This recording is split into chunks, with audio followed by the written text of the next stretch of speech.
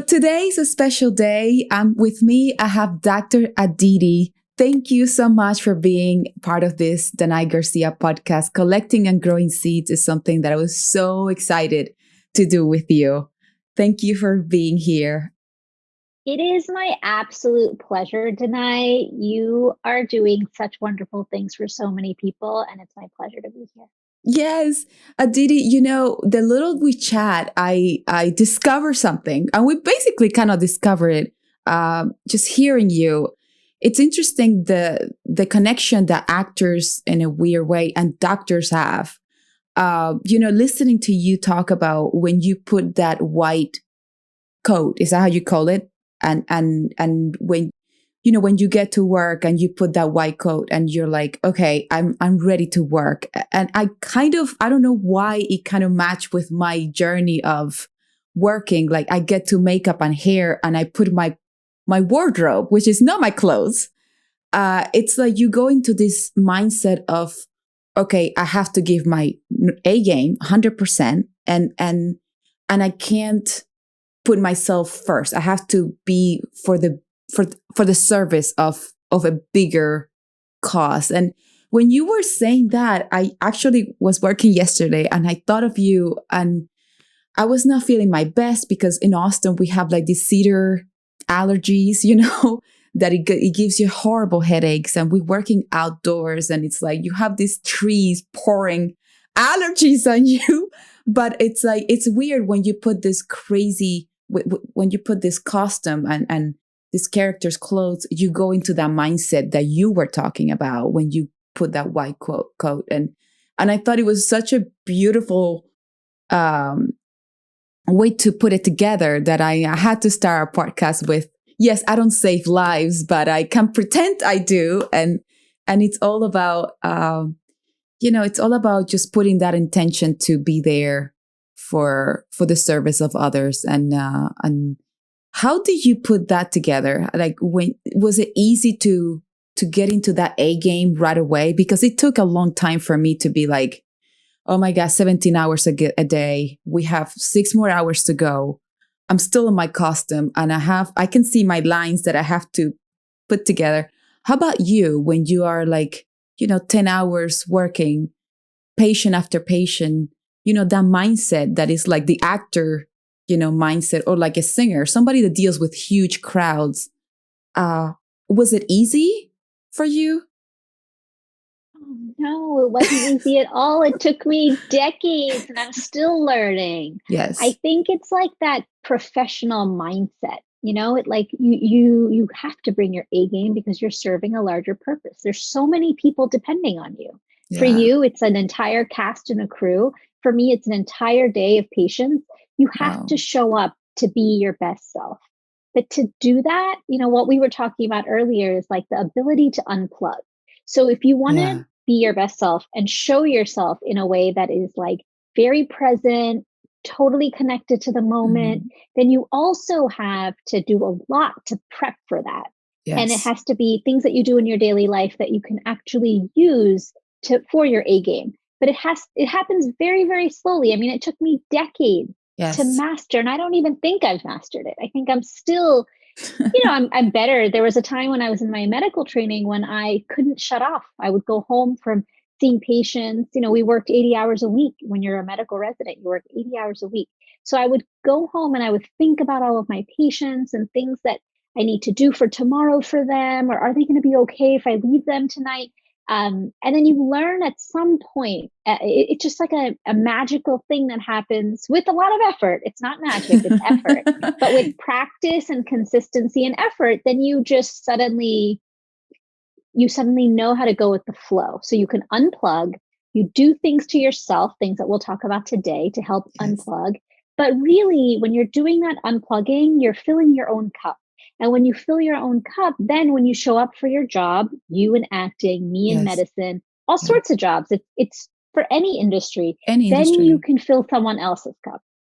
So when your cup is full, then you fill someone else's cup, But yeah, it is something that is a lifelong journey and often a struggle. Like for you yesterday, you were just not feeling good, but you're a professional. Yeah. And you knew that you have to show up being your best self, on screen, during your shoot.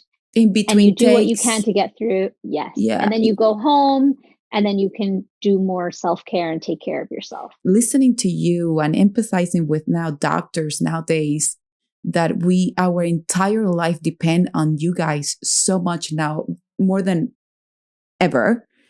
How you guys take care of yourself. It's so important. And this is something not many people talk about. And because you give so much with a patient, right? When you're dealing with an issue, a health issue. And also it's unplugging those high circumstances so you can recharge at home. I mean, it's a must do, and it's so not normal to do, right? Like naturally, when somebody tells us a problem, you think about it. We're not trained to unplug. Yeah. And I also think it's like, being in the moment. So when you talk about kids, what they do amazingly well, I'm a mom. So yes, they are too. Totally in the moment. Oh, you are? Great. And so you're totally the kids are like completely in the moment, right?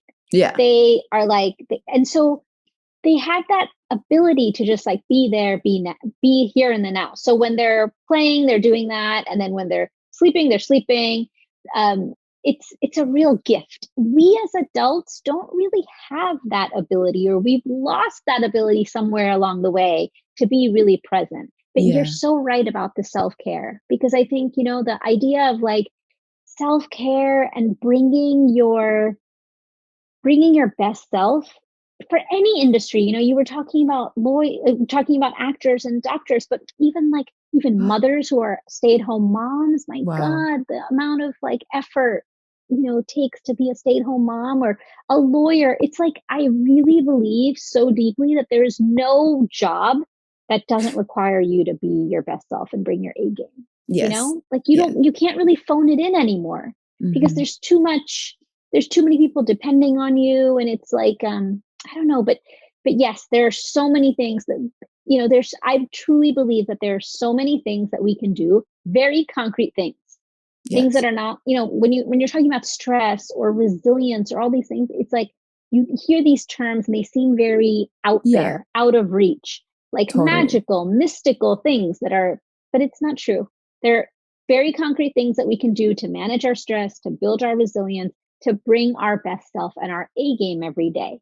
Of course, the system has to support it, right? Like, so if you're required to work 16 hours for 7 days straight as an actor, for example, that's not okay, because you can bring as much of your A game to the situation, but you need a break. So the shooting schedule has to support the individual person to bring their A game. But there's so much that we can do as individuals, but then we also need to make sure that the system supports us too. It can't be like, we're bringing our A game all the time. And then the people around, like the system, you're doing like a 14-day shoot and you're working 16 hours a day. Even if you bring your A game, not going to be able to do that. So we need breaks, and the system has to support us and give us breaks. But yes, we as individuals, we can do so much. I noticed, all these things. I noticed that with this show specifically that I'm working on, it's always like extreme circumstances. We're always in the outside, right? We have to deal with Mother Nature, that in Austin, it's like we have 4 seasons in one day. Like it literally is like intense. Oh, really? Yeah. And it rains, and then it gets hot, and then it gets cold. And then the moment the sun goes down, it's like freezing. So what I realized is during my lunchtime, talking about self-care, I rush to get my lunch. I go to my trailer, I eat, and then I lie down for 15 minutes with my feet up, and I meditate. And awesome. Aditi, honestly, that is like, and then I drink a lot of water before I go back to set. When I go back to set to complete my day, my second half of the day, I feel like it's a new day. It's amazing how 15 minutes. Need that reset. 15 minutes meditation, it's like huge. And then my castmates, they always make fun of me. They're like, hey, do you have a good lunch? I'm like, oh my God, I feel so amazing. I meditate. It's like, so did I? I'm like, try it. I swear, try it. It will make you feel so much better. Because some people are like, I'm in a food coma and I'm like exhausted. So having putting that in your rituals as a schedule to help you, because at the end, what it's all it's doing is helping you to end your day, right? To finish that amount, that A game, to help you. And making you feel good about going through the day, you know? Yes. The thing is, like, I love what you're doing because there's a lot of science behind it. It's like the intentional break. So when we take a break in our modern day, right? Like all of us, what do you do? You like scroll through Instagram or you scroll through some social media, but that's not actually relaxing for us. It's not at relaxing for our brain. It's not relaxing for our body. It stimulates lots of things. Instead, what you're doing is like you're lying down, you're closing your eyes, you're doing a meditation. That's so rejuvenating for the body and for the mind. And that's why you feel like it's a reset, because it was an intentional break. So I always say that to people, like one of the key things, especially right now, I feel like during the pandemic, everyone feels like they're on a grind, right? It's like the hamster wheel. Just every day is the same. People are working from home. You go to a place to work because of the nature of your job, but a lot of people are just working from home. So everything is like in one place. So how do you create that like boundary or structure, or even mentally to say, okay, I'm leaving today, I'm leaving work and I'm going back home, or I'm leaving home and going to work when it's the same place. You know, it's so difficult to do. So you're doing it right. Danay, you're doing it right. You're creating an intentional break to just like pause, take a moment. And those 15 minutes, I mean, you're doing your brain and your body so much good. When we talk about resilience after 10 months of pandemic, I mean, and we don't know when this is going to end, really. We have a vaccine, but that's not the answer to everything that needs to be cured, right? When we talk about resilient, I naturally feel like, what do you mean? I've been so resilient already for 10 months. And it's like a child. Like we give you a cone and you run until this is your end. And then you run next to I'm going to make it. And then I keep pushing that cone farther and farther, basically telling you, wait, it's not, sorry, this is not the end. I'm just going to keep pushing it further. Eventually the child is going to stop and say, what do you mean? I passed my end line long time ago, and I am tired, because the force you put into like starting to end it. It's like you're not, it's so much energy that you put out. So when we talk about resilience, how can we be resilient when we don't have an end game here? How do we do that? Such a good question. Such a good question. You know, what you're talking about is this phenomenon of pandemic fatigue, right? Like we're exhausted. We would have been fine if mentally we would have been like, okay, if we knew it was going to be like 2 months or 3 months or even 6 months, like this is how life is going to be for 6 months. And then you figure it out and you bring up all those internal resources and reserves. You're like, I got this. I can do this. 6 months. Exactly. Yes. Or even if they said it's going to be a year, you may have been able to say, okay, but the finish line keeps changing, like you're saying. So it's like when you don't know when the end is, how do you get yourself energized to keep going? So it's like a brain shift, you know? We thought that it was going to be a sprint, but it's actually a marathon. Yeah. And we don't know where the finish line is. So that idea of resilience, you know, sometimes resilience, especially now that the pandemic has been dragging on and on, that word resilience sometimes gets the bad rap, because people are like, what do you mean resilient? You know, there's a new concept called toxic resilience. And it's so cool because it's like this idea that like, don't tell me to be exactly like you're saying. How can I be resilient right now? You know, it's too much. It's like, but resilience truly, it's not about being superhuman. It's not like, just think that everything's great and everything, and you're happy and it's fine that the pandemic's going on and on. Of course not. Of course not. Resilience is just trying to make us feel like we can make it. And even if you can't make it, you know, like you can be burned out and still resilient. Like, I think I'm pretty burned out by the pandemic. You probably are too. Most of us are. Yeah. I mean, we're just so fed up of it. Of course. But we're still resilient people. And it's like, you know, you can still foster your resilience and do so many things to feel better and stronger and healthier. No. Are you going to feel so much joy for life right now? Maybe not. But could you feel better than you do today by doing a couple of things? Yes. So the resilience aspect right now is not so much about feeling great and amazing about life, because that's not realistic. Like, we're living through a pandemic. This is serious stuff. People have lost jobs. They've lost family members. They've lost dear friends. COVID has touched us all. I have so many people that I know who I loved who have passed away because of this horrible illness. It has affected so many people. But the idea of resilience is not in a toxic way, like just be happy anyway. That's not what resilience is. It's like, things are really hard, things are bad, but how can we kind of stoke the flame within us to keep going? Because what other choice do we have right now?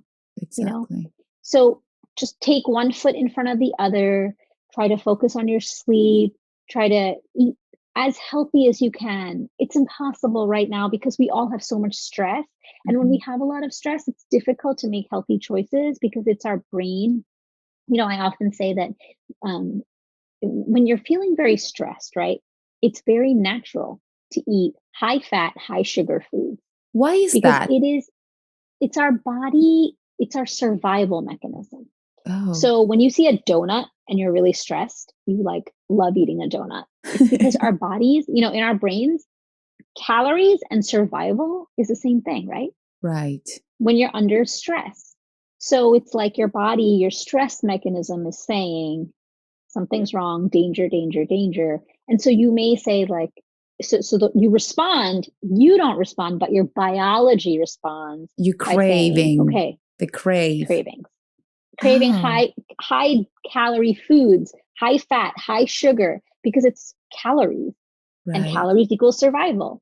So instead, what I often say is when people are feeling a lot of stress, to my patients or in my writings, it's like, instead of trying to say, I'm not going to eat that, but there's no way and I have to stop it, try to get at it through the back door. Try to figure out how to manage your stress a little bit better so that your cravings diminish.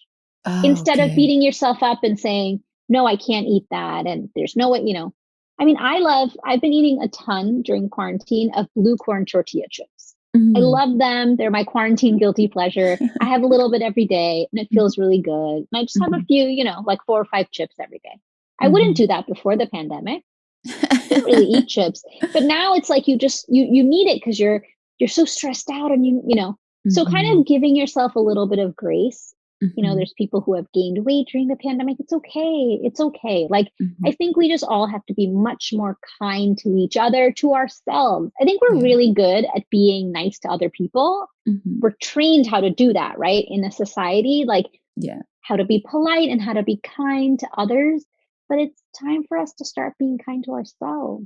So true. And that's what self-care is all about, Yeah. And it's, this idea of resilience, there's so many things that we could do to build it up, like something as simple as like sleep, right? You, for sleep, aiming to go to bed every day at 10 o'clock at night is a great goal, because 10 to midnight is considered the most restorative sleep. So 2 hours before 10 o'clock. So in the evenings, if you say to someone, what do you do 2 hours before bedtime?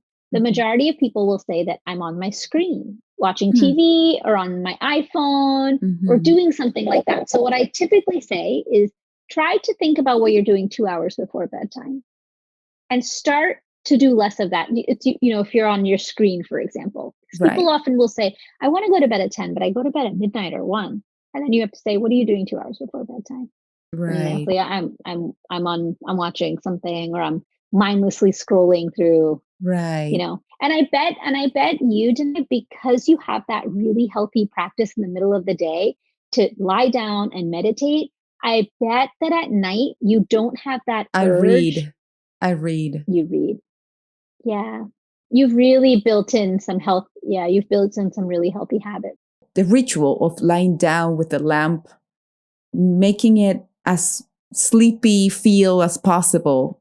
I'm reading until like I start feeling my body unwinding from the day, because my days are kind of intense. So I don't want to add more intensity. I don't want to add more intensity to the normal day. And this is something I've been doing for years. This is pre-pandemic. This is like, work or any kind of stress, like traffic, like, traveling. Like I would travel and I would go into, different time zones, and I had to get up in the next day in another time zone. So I know that the moment it goes dark, I don't know where I am in the world. I'm going to read, and my body just like sets to sleep. That's so great. You're an expert. You're a wellness expert. I because you figured out what works for you. There's a ton of science.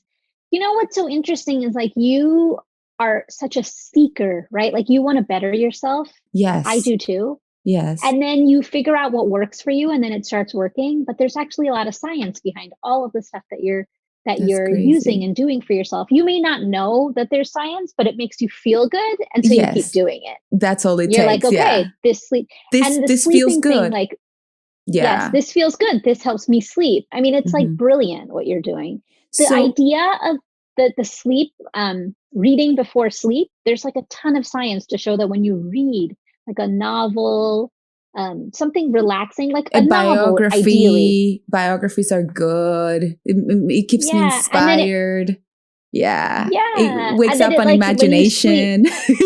Totally. You travel when you're in the pandemic, you can't go anywhere. So you read a book about people in different places. You feel like you traveled, but it has so much science behind it that it actually changes your nervous system to calm you down so you can fall asleep. Wow. That's why wherever in the world you go on all of these shoots, you read, and it's a habit. And the thing with these habits is that our bodies and our brains can be trained. So it's just like when you have, our brain is a muscle, like a bicep. So the way we do like lifts and, you do all sorts of exercises for your biceps, right? Bicep curls and lift dumbbells and etc. The same way, something like getting you to sleep, you could actually train your body to sleep and to feel sleepy, which is what you've already mastered. That's why you can be anywhere in the world and you read, and it's your habit, and then it tells your body, okay, time to relax, time to wind down, it's time for bed. Aditi, what are other rituals that you could do before, like that 2-hour gap, that it will help? Like drink a cup of tea, try not to talk about terrible things, right? Like it, like try definitely not to watch news. Oh, we said it at the same time. Definitely don't watch the evening news. There's so many things you could do. So first is try to watch less screen time. Okay. Because there's a blue light that comes from screens, and it can keep you awake. It actually stimulates your brain to stay awake. So, and we're all guilty of it, Wow. So try to not get on a screen. So a laptop, a smartphone, a TV, etc. Try to not have a TV in your bedroom if you can help it. Absolutely. That's really good. And in the evenings, create, like you do, a relaxing bedtime routine. Maybe you want to listen to some nice music, something that's soothing and it makes you feel good. Reading a book, drinking some tea, meditation, gentle yoga practice, anything that you do every night. The key is consistency. It doesn't have to even be long, 5 minutes. Yes. And then it kind of trains your body so you feel like, okay, I'm really tired. It's time for me to go to bed.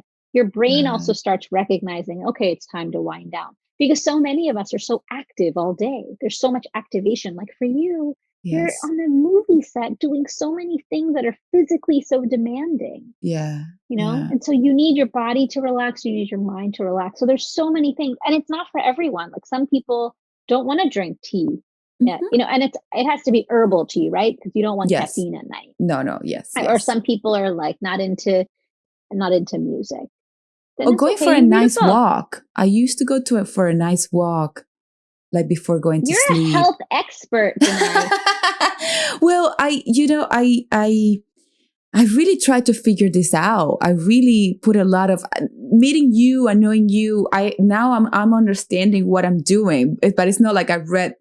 I talk to a lot of doctors. I'm like, hey, do this and do that, and I feel like everybody sometimes.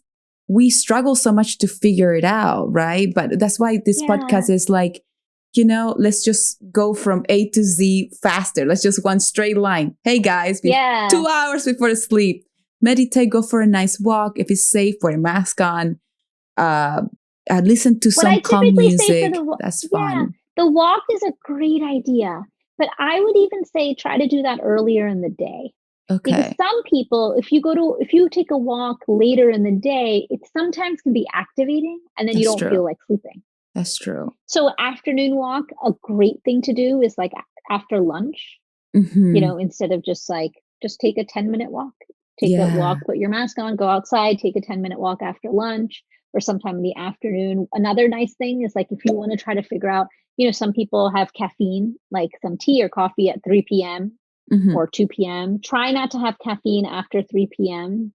if If if you you can. can't, if it helps you, you know, if it impacts your sleep in some way, try not to have caffeine after 3 p.m. and instead go for a walk. See if that can give Wow. you a little bit more energy instead of your regular coffee or tea. Aditi, I have a question. Now that everybody is staying home, like this is our temple right now, there was a 7-month period of time that I couldn't work because of the pandemic. Like we couldn't figure out the protocols. We didn't know what was happening.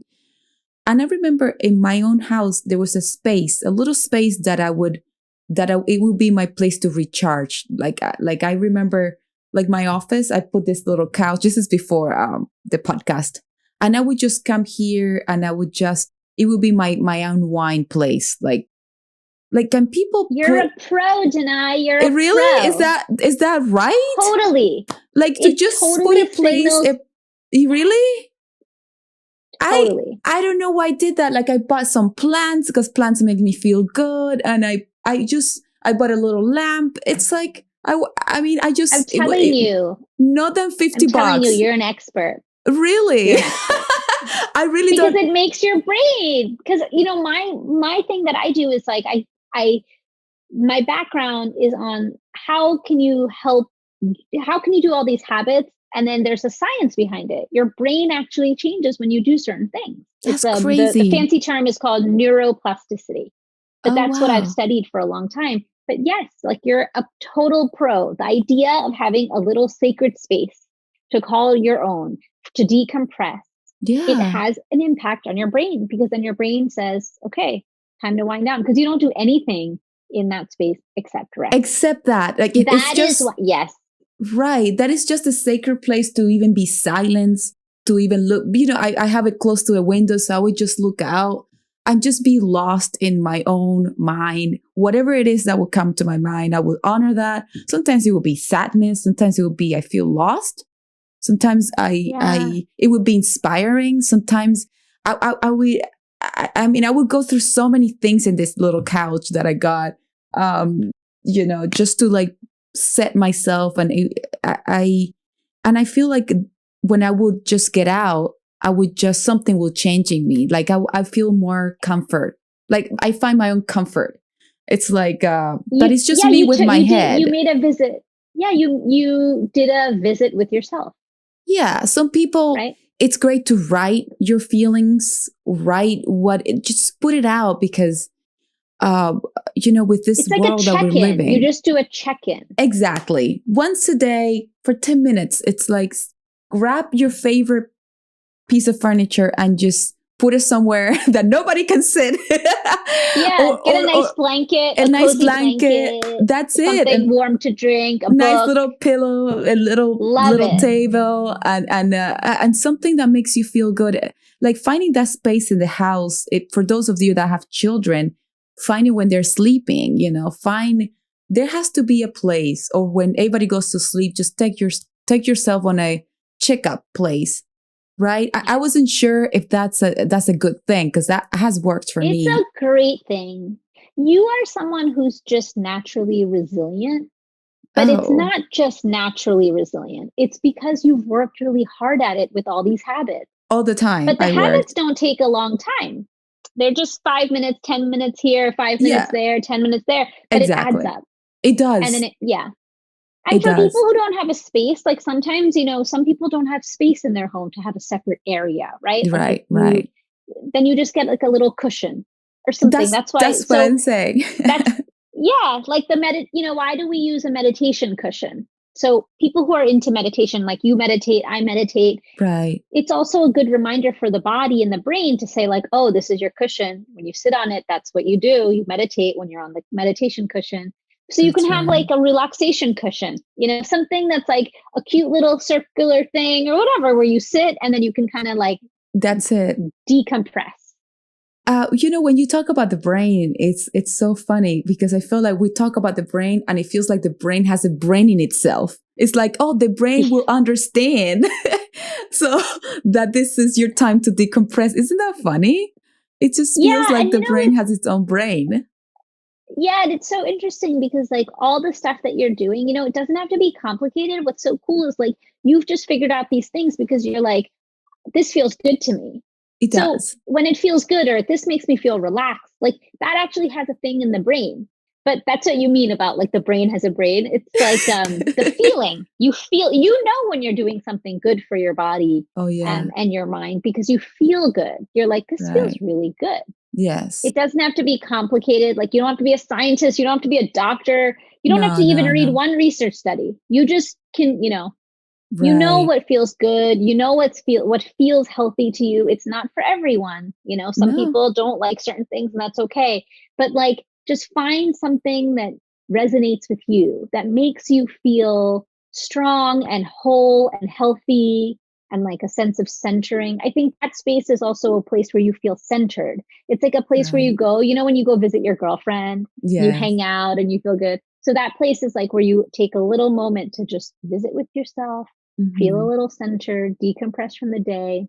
And the other thing that you were saying earlier, Danai, that really made me think about this is like you are really setting up your life, like you specifically Hmm. with all your habits, for sustainability, for the Totally. long game. Hmm. So whether it's a marathon of right now with the pandemic or your career or anything, we all have to kind of think about like the long game. It's true. And you are really setting up your life in so many ways. And all the examples that we're talking about today, in things that you've told me in the past, like Hmm. you're setting up your life to really be successful Hmm. for a long, long, long time. I don't Hmm. mean just like financial success, but I mean a No. successful person, like Yeah. feeling good, feeling fulfilled, a sense of purpose. You're giving back to so many people Hmm. by all the work that you do. Hmm. You love being an actor, so you get that Hmm. joy. You have a Hmm. family, you have friends. So in many ways, we all have lots of pieces of our life. And then when you take care of yourself in these small, small ways, you can Yes, actually fill your cup and then you can do it for a long time. it's You know, true. that because it's like a longevity thing. It is. It is. When I think of like commitments, like maybe because we talked about it. We danced ballet for a long time. I mean, we danced. When somebody dances, you're not gonna be on your point shoes tomorrow. It's gonna take a while, and I'm not afraid of the long term patient commitment. I'm not afraid. I never get too excited to be good tomorrow. I know things take time, and I'm patient with that because I learned really early in my life that I have to do demi plie so many times to be able to and even after you become a really good dancer, you still have to have that time in the bar, that time to Yes. keep working on your demi plie, you have to do exactly the same thing you did when you were 5, then when you're 25 and you're like a first, prima ballerina, whatever, right? It's just that never ends. So I understood that connection. Yeah. It's never detached. Like if something works for me today, as I go along, I know a connection. It never goes away. And I just keep adding things into my I journey. love that. So I love because, that. and I learned that as a child, but I I was have a a ballet question. dancer too. Yeah. And Yeah, it's the same analogy, by the way, of it the is. garden, right? We talked about that before. Yes. It's Yeah. like if you want to plant a garden, you plant the seeds, you put the Yeah. water, you make sure the Right. soil is good, and then you let Yeah. it just grow. And you have to take care of it, tend to your garden a little bit Totally. every Yes. day, and then Yeah. give it some space, Hmm. be attentive, the balance, and then it will Yeah. just grow. But And things nothing take happens. time. Nothing good happens overnight. Yeah, and also Nothing good. each plant has its own journey. Or some of them grow faster, Totally. some of them slower, some of them just like, oh my God, there's a flower out. Oh, you get so excited. Yes. And I think the mind is like that. I think the brain is like that. We're constantly evolving. But I have a question. What happens when we find something that feels good, that works, but sometimes you don't feel like doing it? I feel like question. Some days you're like, I know it will make me feel good, but I just don't want to go on a walk because I'm upset and then tired, I'm lazy, and everything negative comes to your mind. Reasons why not to do that. Why do we Great struggle question. with things like that? Like, don't get me wrong, I love my routines, but some days I'm like, I don't want to do yoga today. But I know it will make me feel good. It will make you feel good, but your entire body wants to just go in bed. Why is that? And there's some days that you have to honor that. Yes, so there's some days that you feel like that. You have to say like, okay, if you're not feeling well, if you have low energy, you have to say like, okay, today. And that's part of it, right? You need to know when to push yourself a little bit and when to back off. It can't just be, we're not robots, we're just people. Of course. And we just have to like sometimes be, like I say, we're not human doings, we're human beings. So sometimes you just have to be, right? That's like important.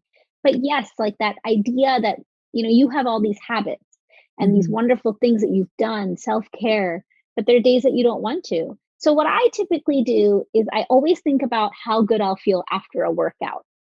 Right. Because but even someone like me, like I know all the research behind exercise, as a doctor, and still I'm like, oh, I don't want to exercise today. I really don't feel like it. But it's not about motivation. It's more about discipline. The same way you would brush your teeth. Like there are days, if we had a choice, if we gave ourselves a choice to not brush our teeth, or do you want to brush them?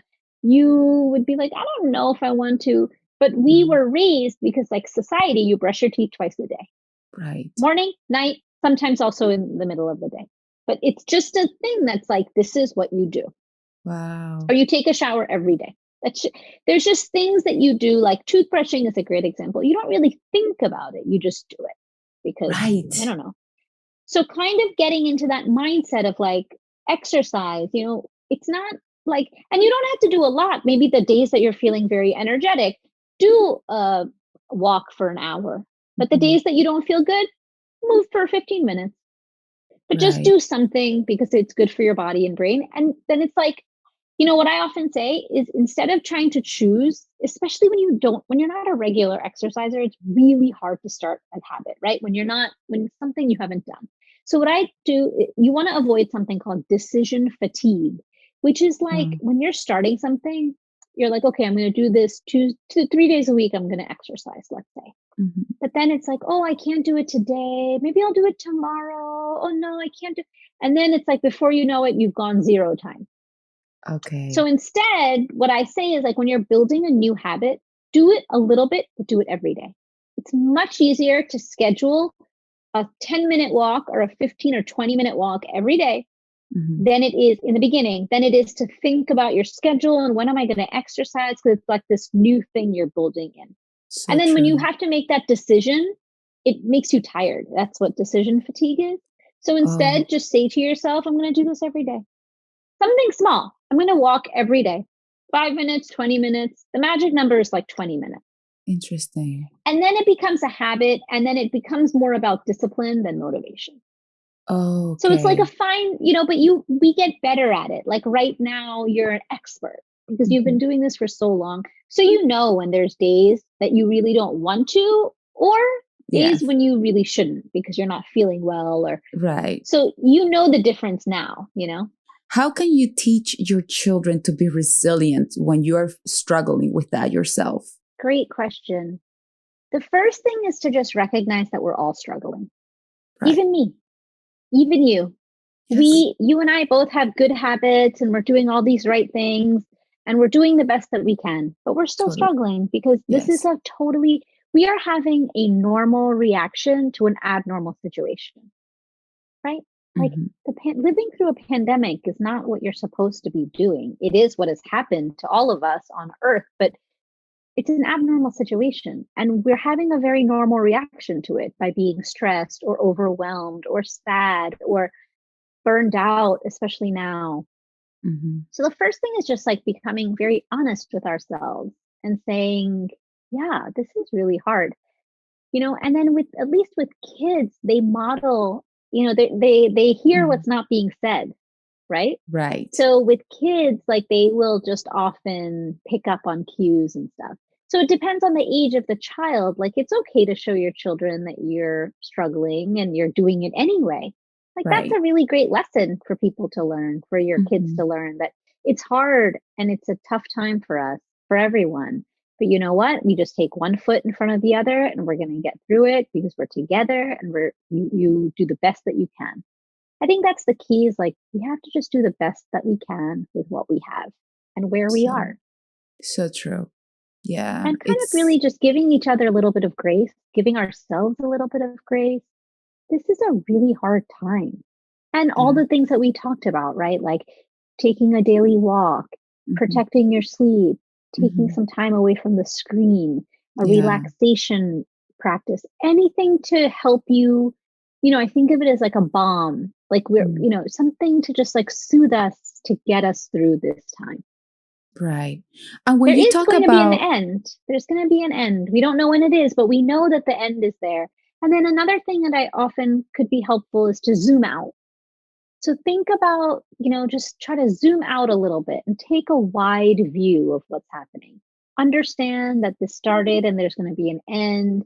This one day will be something that you look back on and say, like, oh, this was a moment in my life and it was a very Mhm. difficult time. And that giving yourself a little bit of perspective might also be helpful. It's hard to see perspective when you're in it. But if you Right. can kind of, say like, and then things to look forward to.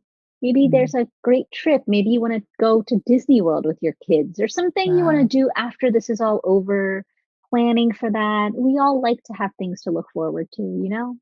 So having Right. something to look forward to. But yes, understanding and acknowledging how hard it is for you, how hard it has been for everyone else. But there are glimmers of hope. Like people are doing wonderful things for each other. There are some silver linings. Mm-hmm. Um, It's but true. kind of like allowing ourselves to just feel it. The only way around is through. So we have to feel it, move through it as best It's as true. we can. So true. And Aditi, when you talk about media diet, Yes. like media diet, it just felt, when you mentioned that, I was like, media diet, what is that? And then Yes. right away, it's the right word, media diet. How can we go on that diet? Yeah. So you can call it a media diet. You can call it a media cleanse. Basically, what we're doing is we're trying to use media, meaning news or Twitter or anything where you're getting your news. We're trying to use it less because when we're engaging with the news and we're watching the news or we're watching TV or listening to the news on the radio, what happens is that our bodies go into more of a fight or flight response, the stress response. Our cortisol goes up, that's our stress hormone, and that makes us feel bad. When we feel like we are in danger, we want to keep scanning for danger because that's Wow. our self preservation mechanism, right? We want to stay alive. So we keep scanning for danger. And then we feel more unsafe. Then you keep scanning for danger. And then it becomes this kind of vicious cycle. So we have to, and the media and watching the news can help make it, can sometimes make it worse, Right. especially because we're living through a pandemic. So you're always, you're kind of looking over your shoulder, like, what's the next thing that's going to happen? Oh no, I'm worried. So the way to really combat that and counter that is to set some very strict guidelines. I like to say we have to learn how to parent ourselves. With kids, we're so good with being like, you can only have this much time with the Mm-hmm. iPad. And I know it's loose now because of the pandemic. Lots of parents are like not even paying attention to screen time because, again, you're just trying to make it through the day, right? I understand. Mm-hmm. But for ourselves and like really setting some limits. So typically 20 minutes twice a day for a media diet. Try not to do it first thing in the morning because that's not good. Ideally, keep your phone away from your bed. So when you wake up first thing, don't just go on your social media platforms and start scrolling. Keep it a little bit far from you. Get up and do something else and then check your phone. Check 20 minutes twice a day. Or if you watch TV, watch the news, 20 minutes twice a day. Try not to do it first thing in the morning. Try not to do it at the end of the day. Wow. It's crazy. And that, what will happen over time is that when you give yourself and you can set an alarm, you can set a 20-minute timer. Mm-hmm. Because what happens is if you don't kind of control and set some limits, then it starts bleeding into other things. Because when you feel a sense of danger, you want to keep protecting yourself until you want to keep watching and you want to keep watching, but that heightens your sense of danger. So it's like a loop. Wow. So we have to break the cycle. And that's why I've talked about the media diet a lot in lots of like news and lots of outlets. Because we have to start kind of monitoring ourselves. Again, it's like the brain, right? It doesn't feel good. It's like you, Danay, like you have all these habits that you do in your daily life that feel good. So you do them. But I'm sure you're very self-aware, you're like such an expert and so wise. So for you, if you watch the news to get information, because it's a balance, you want to be informed, but you also want to have some sort of peace of mind and sanity. So someone like you, I bet you would probably watch the news and after 10 minutes you say, okay, I heard enough, I'll shut it off. Exactly. But not everyone is like that. You've also trained yourself to really focus on feeling good. And so you can very quickly realize like, oh, this is not making me feel good. I'm not making me unsettled. Yeah. Yeah. You know what's crazy? That this media diet, it's brilliant because to some extent, we are not trained for that. Like this is the first time in history that we can access to media 24/7. Like back in the 50s, we will get the newspaper, right? We will find out things through the newspaper or through a television at this time. Like now we can look at media 24/7. And back in the day, it was structured, right? Yes. Like it was structured. And lots of off times. A lot of off time. Now we're just bombarded by it. So we have to. So we have to create the off time for ourselves. That. Yes. We have to create that but we don't know because we never had that much. This is our first time being bombarded by so much during this difficult time. And during a time when it's very natural, exactly like we're bombarded, but it's at a time when it's very natural to want to watch the news. The news is very important. Like I'm not saying, because I work in health communication and media, right? So it's like, it's very important to know what's going on and to be informed and to understand, all very important, but just within limits. Because then it starts impacting our mental health. Yes. So the limits, you're right. It's never, ever been this way before. No, the limits used to be set up before because there was no social media. There was no like Twitter, 24/7. We just wait for the next. It's like television nowadays. Before you will have to wait until the next Monday to watch the next episode. Yes. Now in Netflix, you can watch, an entire season. In the moment it's released, everything gets released. So it's a lot to take in it's a lot. And also the anticipation, the excitement. It's a different kind of journey when you watch television nowadays. And back, I would say even 15 years ago, it's like, it's before they used to wait. Days. Yeah, did you watch the last episode? Show. Yeah, with your family. You make sure you're all home in the evening and you watch together as a family. Yes. Yeah, it's changing. Information is moving at a rapid pace, which is amazing because now, because of things like Twitter, we're learning things that happen in real time, right? Like everything that happened in the summertime. Wow. In this country. I mean, we would have never been able to have that knowledge in real time. And that is a beautiful, powerful, very important thing. Yeah. But for us and our mental health in the pandemic, like we're talking about, that constant connection can actually have a bad impact on our brain. It's called popcorn brain. Oh. It's a phenomenon. I didn't make up the term. I can't take credit for it. I thought you just made it up. Popcorn. I was like, yes, I can totally see that. It's a man named Dr. Levy. He's a researcher, and he talks about this idea that when you live online so much, it's hard to live offline because our brains, like, it's not, your brain doesn't turn into popcorn, but it's like the thoughts They're so Right. fast. Because when you're reading online, or if you're on social media or watching TV or watching the news, things move very, very fast in like media or social media. Wow. And so our thoughts are going so fast. But in real life, things move at a very different pace. Things are Wow. slow, things unfold, like the analogy Yes. of the garden, right? Like Right. things are slow. And a lot of times, if you are so entrenched, if you're so in the social media and can't come off, then it's hard to function in the real world Of offline. course. Of Because course. even the way we're talking, when you're having a conversation, there's like this concept of bursts of conversation. So, we were Yeah. hysterically laughing like 5 minutes ago, right? You and Yes. me. Yes. Yeah. And now we're talking, and then it's like we're more calm. So Yes. so that sense of like up and down and a nice flow Right. on social media, there isn't that. It's just No, constant, constant, constant, constant.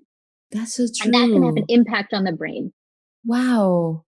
And it can give you anxiety too, because Absolutely. there's that flow of life that does not exist there. And we're learning now how to use social media because it's so new still to the brain. So Like new. it's so new to the brain. So new. Wow. Didi, what is the one thing that you feel like everybody should take away from this conversation? I have taken away so many things.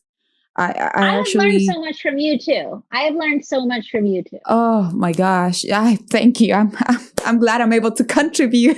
The goal about the podcast is not just taking seeds from the guests, but also having an exchange of of growth together, like learning together. Yeah. It's that is the feeling that I always like giving to this encounter. I love that because And I it's feel like like two friends talking, and it's like we're yeah, sharing ideas and tips, and this worked for me and this worked for you. And we all yes, have, we're all experts in our own way, right? totally, yes. So, So yeah, it's like just you're an a expert.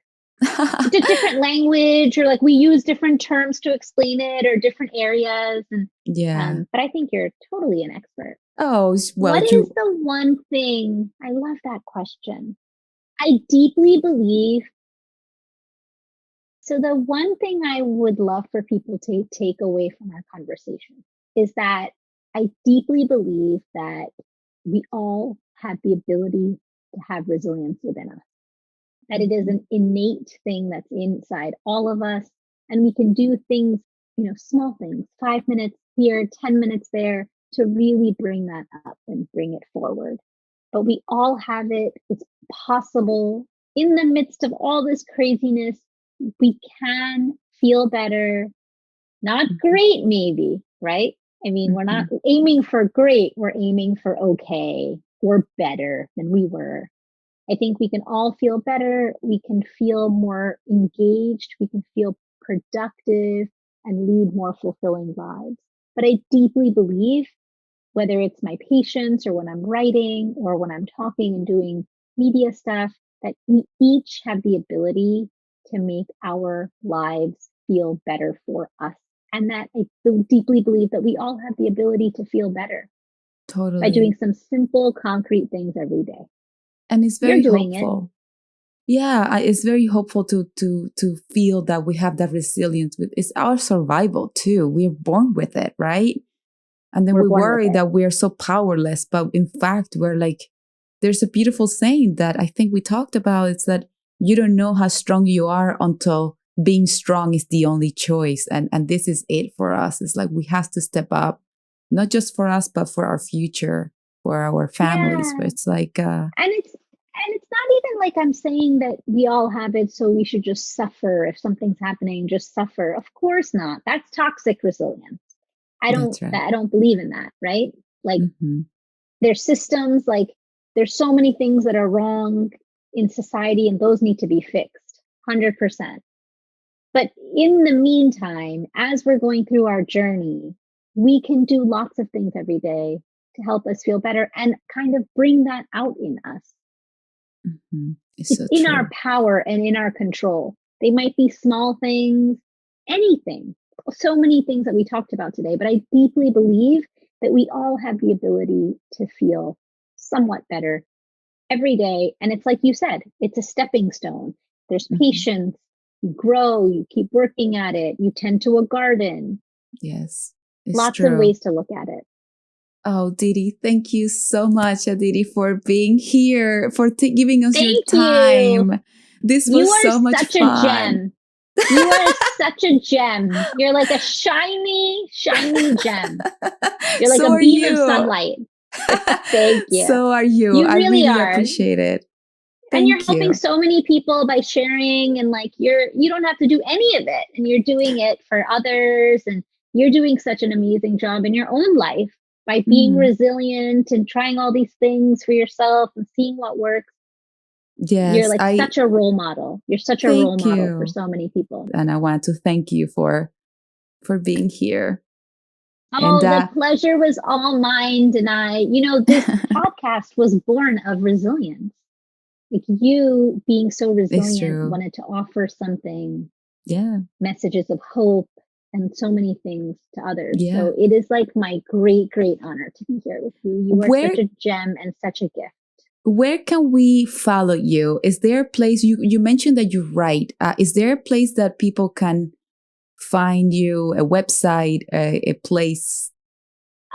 People can follow me on draditi.com. That's my website, draditi.com. I'm all over social media at Dr. Aditi Nerurkar, and they can follow. I have a newsletter about resilience that goes out, and it's free, and they can DM me on social media, and I would love to connect with your community. Oh, great. That's all I needed to know. And I will be reading about your... Send people my way, and they can ask me questions about resilience or anything we talked about today, and I will point them in the right direction if I can't answer the questions myself. Perfect. Well, thank you so much, Aditi. And stay tuned, everybody. We got a doctor in the house. Doctor on call. Exactly. And so we stay in touch. I really appreciate you. Absolutely, Danay. You are a friend to me. Absolutely. All Take right. care. Thank you. Collecting and growing with Aditi. Yes.